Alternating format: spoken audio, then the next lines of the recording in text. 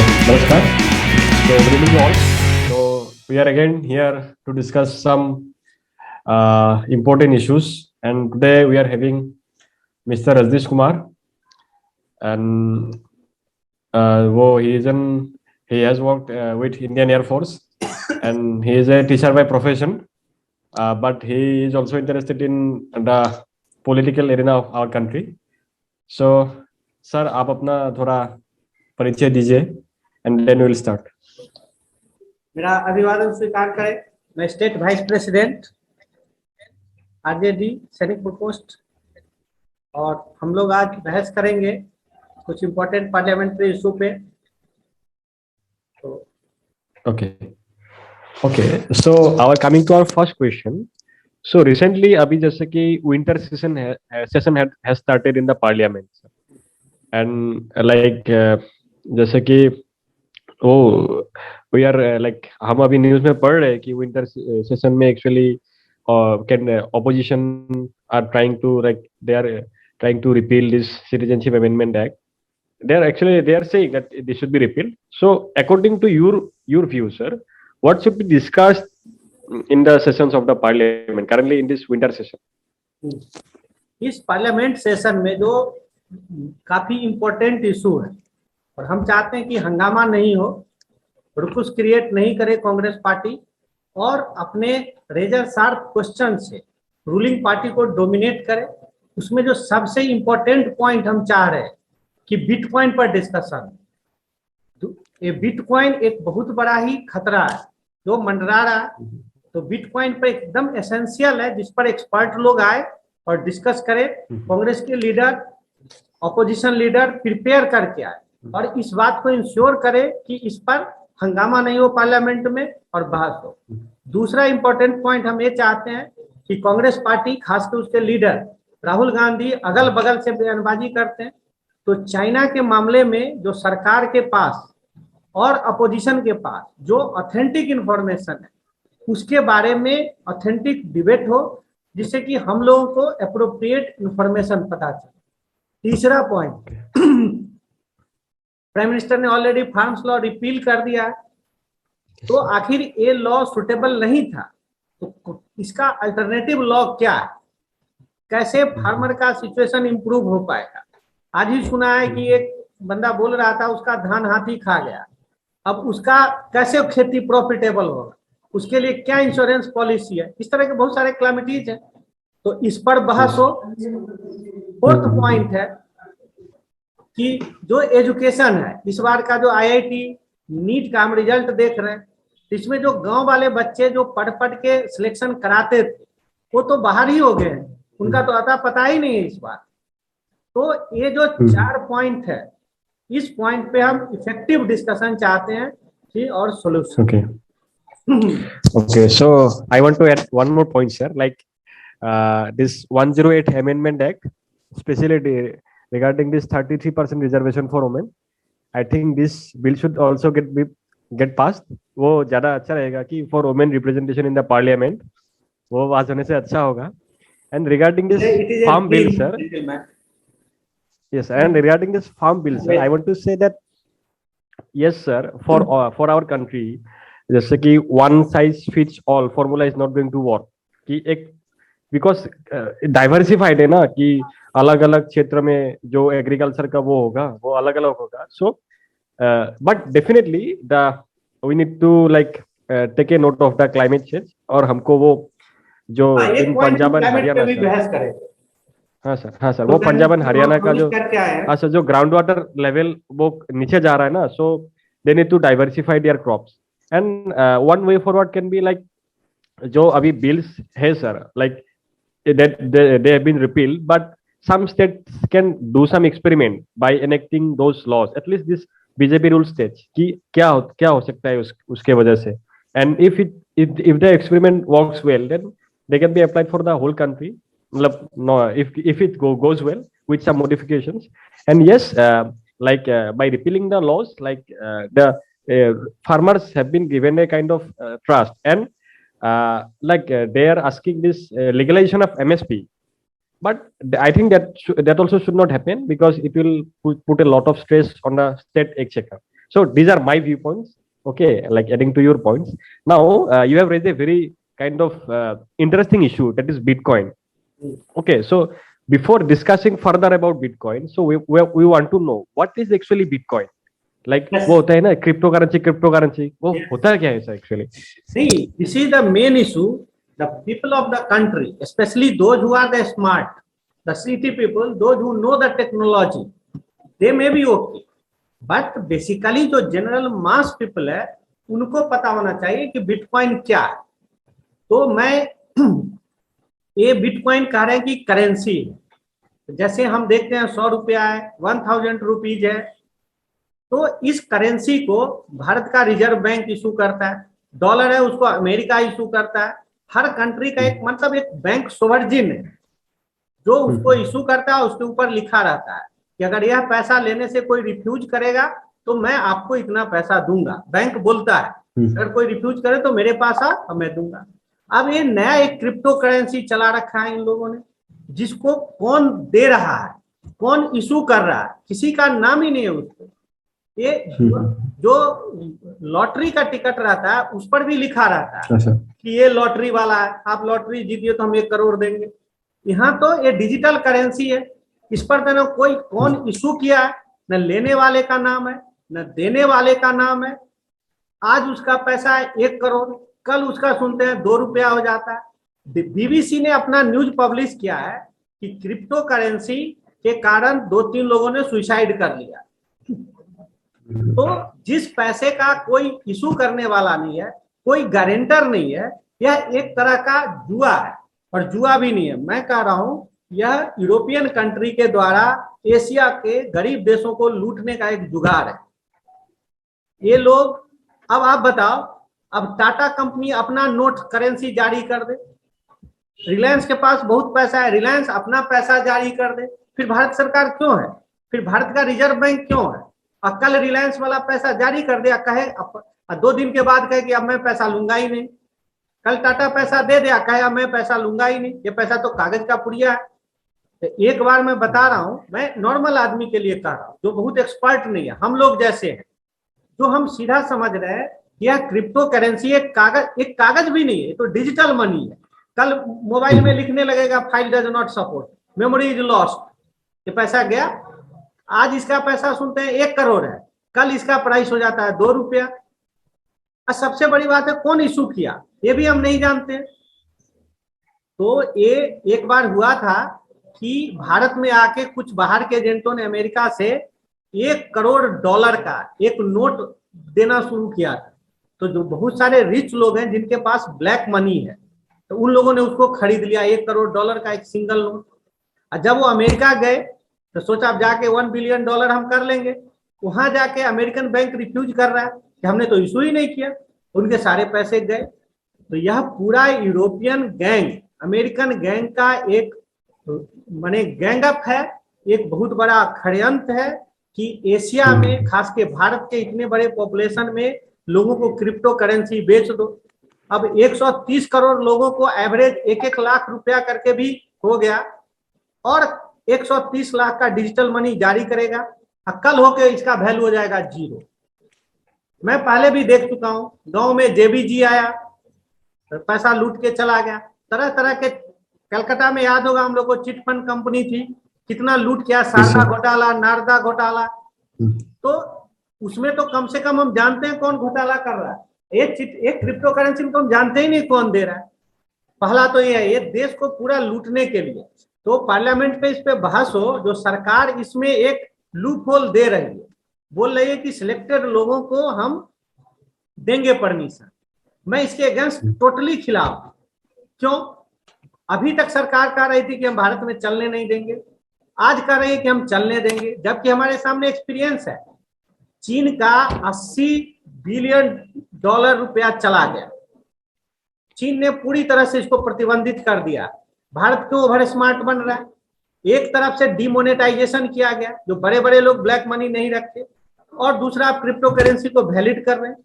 इसमें क्या होगा? बड़े बड़े लोग क्रिप्टो करेंसी, इंडियन करेंसी देके खरीद लेंगे, अब बाहर में जाके उस पैसा को स्टॉक एक्सचेंज से बेच देंगे. तो ये तो पैसा बाहर भेजने का एक बहुत ही अच्छा मीडियम हो जाए. ये ब्लैक मनी वालों के लिए तो गोल्डन माइन हो जाएगा। दूसरा, पैसा के थ्रू, बैंक के थ्रू, एटीएम कार्ड के थ्रू टेररिस्ट एक्टिविटी को सरकार चेक कर रही है। अब डिजिटल मनी से पैसा का लेन देन होगा, किसने दिया किसने लिया, अब ये टेररिस्ट एक्टिविटी कैसे पकड़े जाएंगे। सऊदी अरब से बैठे बैठे 2 करोड़ भेज देगा, पाकिस्तान बैठे बैठे 10 करोड़ भेज देगा, और डिजिटल मनी है जिसका आता पता ही नहीं, मोबाइल में दिखाइए यहाँ का कोई बड़ा गैंगस्टर आपको 10 करोड़ का बम दे दिया, गन दे दिया, पुलिस कैसे पकड़ेगी।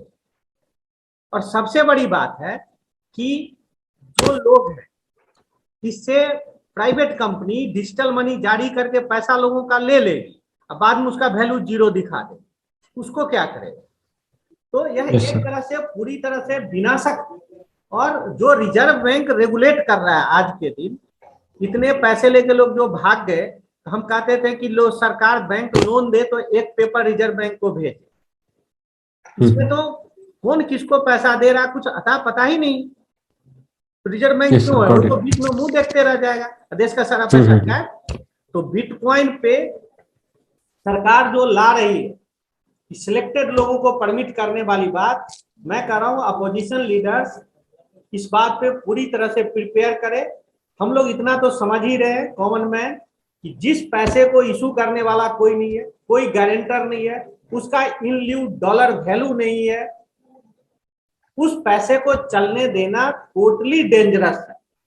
नेशनल सिक्योरिटी भी इन्वॉल्व है, इकोनॉमिकल सिक्योरिटी भी इन्वॉल्व है, और बैंक जो साइनोरेज प्रॉपर्टी रेज करती है वो भी नल एंड वॉइड हो जाए, तो गवर्नमेंट को इंडायरेक्टली ह्यूज लॉस। सरकार ऐसा काम क्यों करने जा रही है, ये बहुत बड़ा पब्लिक इशू है, इस पर डिबेट हो और आम सहमति के बाद ही सिलेक्टेड परमिशन हो, नहीं तो एकदम नहीं, ये तो बैन ही हो, ये तो पैसा लूटने का उपाय है बिटकॉइन और कुछ नहीं।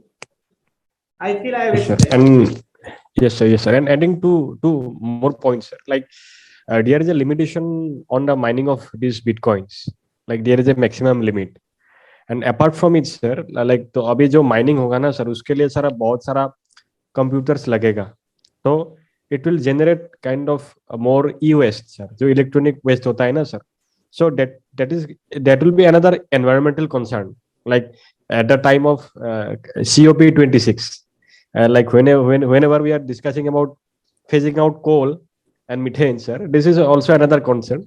Yes sir, and bitcoin is it's volatile, and जो अभी हमारा जो साइबर सिक्योरिटी का जो इंफ्रास्ट्रक्चर है sir, that is not there sir in India.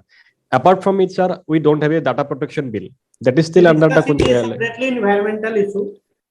Yes sir, so yes sir, so bitcoin, the issue needs to be addressed properly in the parliament sir. Parliament, coming to, we are less informed. Yes sir, and sir, like we need some expert people, like this kind of thing should be like sent for joint parliamentary committees or parliamentary RBI standing governor committees. is telling, I don't want this bitcoin. RBI yes sir, because then why government is pushing it? Yes sir, and there should be some no political motive like in this, because it can disrupt our whole economy sir. Yes sir, and coming to our next question, so sir, farmers are still protesting, like even after the assurance given by the prime minister that this bills will be repealed, and the process has been also initiated, like Rakesh Tikait and this recently Mehta Patikar has also joined most probably. So sir, their one demand is legalization of MSP sir. Okay, so what are some other issues, like even after repealing of this farm bill sir, what are some other issues regarding this farmers protest? See, farmer is telling, earlier they were telling that law should be repealed, and along with that they were demanding कि MSP पे legal guarantee हो कि इतना पैसा सरकार देगी ही देगी, तो ये सब बातें चल रही। सरकार ने रूल को रिपील कर दिया, उनका मेन डिमांड मान लिया, अब दूसरा चल रहा है MSP पे। तो मैं ये कह रहा हूँ कि सरकार अपोजिशन लीडर से इस पर व्यापक बहस करे।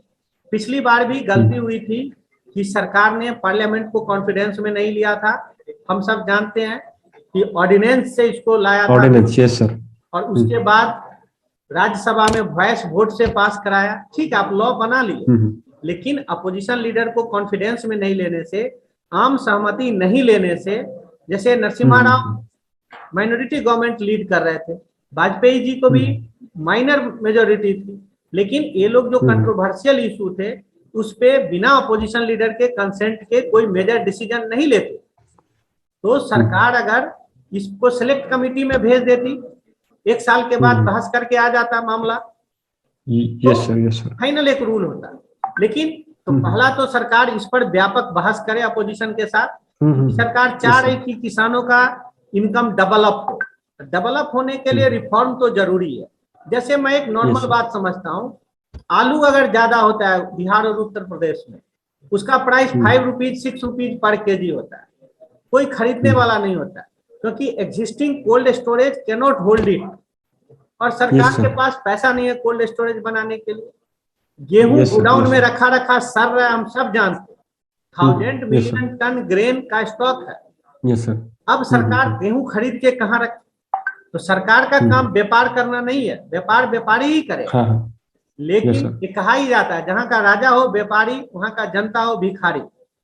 व्यापार व्यापारी ही करे, लेकिन इसमें ये भी है कि जनता को भी उसका प्रॉपर अमाउंट मिले। तो इसके लिए प्रॉपर रेगुलेशंस हो।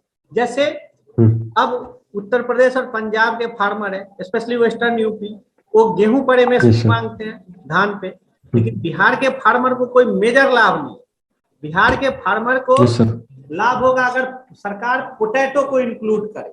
अगर 1000 रुपया भी सरकार पोटैटो पर दे तो, क्योंकि बिहार में छोटे छोटे किसान, अगर मस्टर्ड पर दे, जैसे भारत सरकार अभी मस्टर्ड ऑयल का प्राइस कितना हो सरकार, तो मैं ये कह रहा हूं कि इस पर बहस हो और सरकार यह कहे कि जिस चीज की कमी है, जैसे इस साल माने फूड ऑयल की कमी है, तो सरकार कहे कि ठीक है सब आप मस्टर्ड प्रोड्यूस कीजिए, मैं मिनिमम 6000 रुपीज पर खरीद लूंगा पर क्विंटल, 7000 खरीद लूंगा, तो एक बात हो जाएगी। हर साल बदल दे, बोले ठीक है मैं मिनिमम हर फार्मर से 5 क्विंटल आलू लूंगा, मिनिमम मैक्सिमम 20 क्विंटल लूंगा, तो जो छोटा किसान है 5 क्विंटल आलू लेने से भी हो जाए।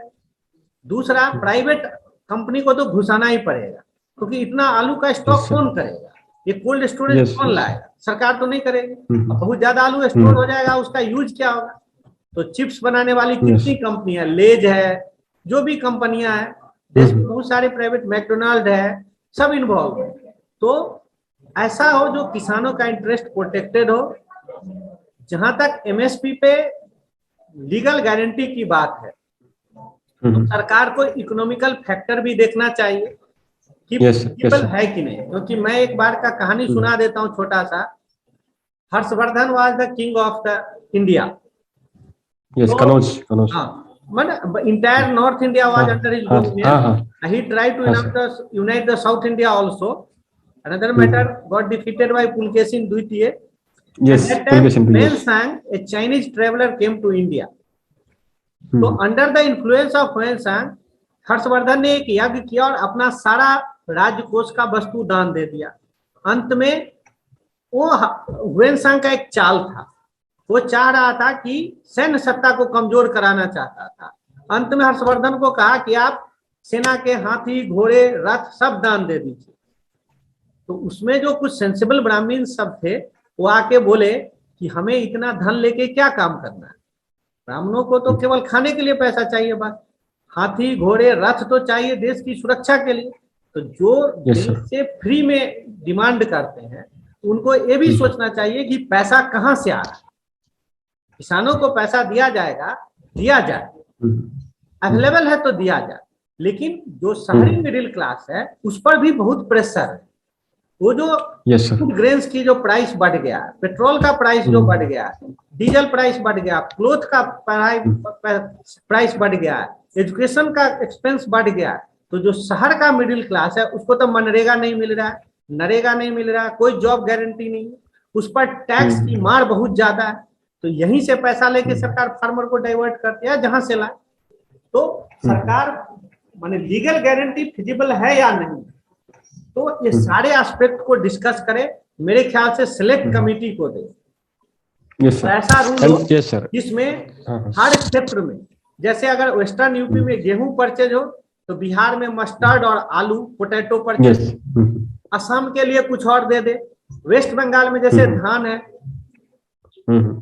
हमारा ईस्टर्न बिहार है, पूर्णिया, इसमें मक्का है, तो 1200 रुपया भी दे दे, कम से कम 2200 रुपया गेहूं का प्राइस सरकार देगा, मस्टर्ड का 6500, मेज का 1800, तब जाके 1 एकड़ 2 एकड़ खेती करने वाला किसान कम से कम कंफर्टेबल हो, और इसके टैक्स को करे। नहीं तो एक और उपाय है, खरीद में जैसे सरकार सबका बैंक अकाउंट है, डायरेक्ट मनी ट्रांसफर कर रही है, तो जो मार्जिन मनी है, किसान ने जैसे अपना गेहूं लिया 1500 में ही बेच दिया व्यापारी को, ठीक है, तो जो 400 रुपए का मार्जिन है वो पैसा डायरेक्ट सरकार दे दे, तो सरकार को स्टॉक भी नहीं करना पड़ेगा। नहीं समझे? मतलब मैं कह रहा हूं सरकार गेहूं क्यों खरीदती है, क्योंकि उसको किसान को अप्रोप्रिएट प्राइस देना है, जैसे 1900 डिक्लेयर्ड प्राइस है, सरकार को खर्च गेहूं को स्टॉक करो, मेंटेनेंस के लिए गोडाउन बनाओ। इससे बचने के लिए मैं कह रहा हूं, ठीक है व्यापारी गेहूं खरीद ले 1500 जो भी है मार्केट प्राइस, और मान लो 1500 पे खरीद, तो जो 400 रुपए का मार्जिन है जैसे गैस सिलेंडर वाला, वो 400 रुपए किसान को ट्रांसफर कर। समझ गया सर, लेकिन यस सर, जैसे आलू है, समझ में आलू 600 रुपया में बिक रहा है, ठीक है, कि व्यापारी खरीद ले, वो 400 का मार्जिन किसान को सरकार दे दे। इससे क्या होगा, सरकार को एक बहुत भारी भरकम load carrying, stocking, preservation, staff में सबसे बच जाएगा, और किसान को भी डायरेक्ट बेनिफिट हो जाएगा। तो इस पर एक्सपर्ट लोग, जो स्वामीनाथन साहब हैं, हरियाणा में देवेंद्र शर्मा है, इन लोगों से बहस हो, और जो किसान लोकतंत्र है, जो किसानों को मन को भाए वही काम हो, लेकिन मिडिल क्लास का भी ध्यान रखा है। Yes sir, like MSP, like अभी जैसे कि it shouldn't be legalize sir, like legal guarantee देने से it will put stress on the government कि उसको, जैसे कि नेशनल, हाँ, inspector national food security act है पकड़ने लगेगा किसी को कि तुमने गेहूं 1800 में खरीद लिया, वो फिर से हमें इंस्पेक्टर राज की याद दिला रहा है। जैसे सरकार नहीं था, कोई सीमेंट खरीद लिया तो घर बनाने के लिए पुलिस पकड़ लेता था। हम ये भी नहीं चाहते कि लीगल नहीं हो, अप्रोप्रिएट लॉ, तो इंस्पेक्टर राज एंड लाइक, हाँ, and sir, the reason behind the MSP was like when India was not food sufficient, अब इंडिया को फूड सफिशिएंट बनाने के लिए it was kind of incentive from the side of the government, and it's a kind of subsidy, and we can't think अभी भी बहस हो कि चाइना इशू पे राहुल गांधी बार-बार बोलते रहते कितना लैंड ले लिया, जो लिया, तो हमें लगता है भारत सरकार